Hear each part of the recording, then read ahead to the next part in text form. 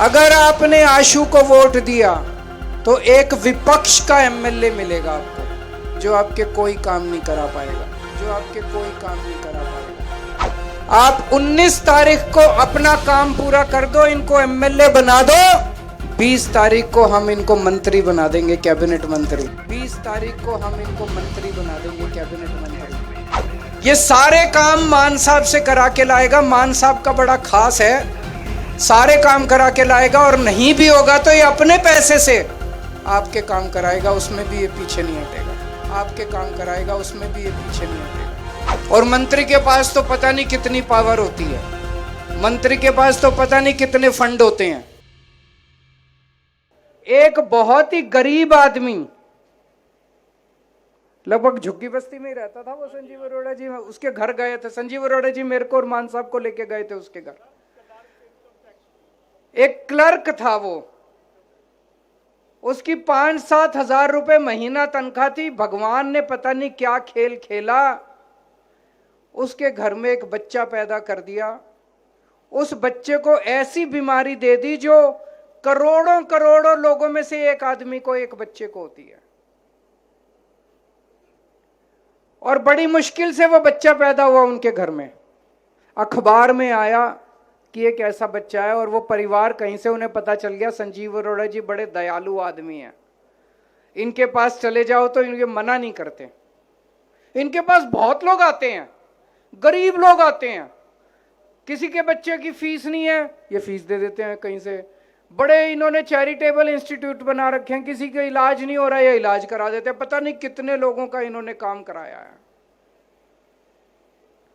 तो वो आदमी आया इनके पास, बोला जी मेरे बच्चे को ये बीमारी है। इन्होंने डॉक्टर को दिखाया, डॉक्टर बोला ये बड़ी रेयर बीमारी है, 16 करोड़ रुपए का इंजेक्शन लगेगा, स्विट्जरलैंड में बनता है। मैं मन में सोच रहा था,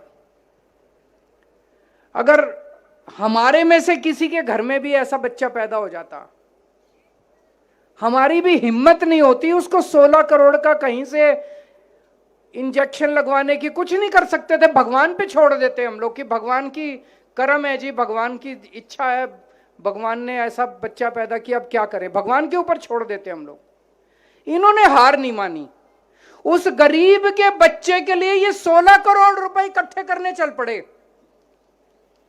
16 करोड़ रुपए इकट्ठे करने में मेरे पास आए, ये बोले जी एक बच्चा है उसके लिए मैं 16 करोड़ रुपए इकट्ठे कर रहा हूं। तब तक इन्होंने 4-5 करोड़ रुपए इकट्ठे कर लिए थे। मेरे को समझ नहीं आया कि 16 करोड़ रुपए इकट्ठे हो जाएंगे क्या, मुझे यकीन नहीं था।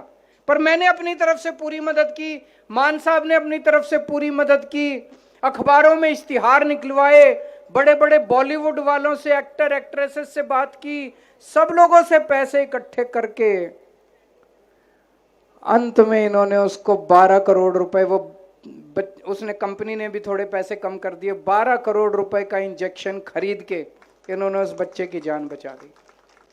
आप ये सोच के देखो ये कैसा आदमी है। अगर ये एक बिल्कुल अनजान बच्चे, गरीब बच्चे की जान बचाने के लिए, इनकी कोई जान पहचान नहीं थी, अखबार में पढ़ा था, और 2-4 दिन के बाद वो आदमी इनके घर आ गया बाई चांस इनसे मदद मांगने।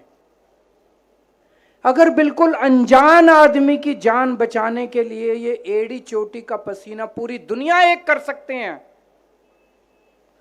तो लुधियाना वेस्ट को चमकाने के लिए तो ये कुछ भी कर सकते हैं। आपकी जिंदगी सुधार देंगे, आपके बच्चों की जिंदगी, आपके परिवार की जिंदगी सुधार देंगे।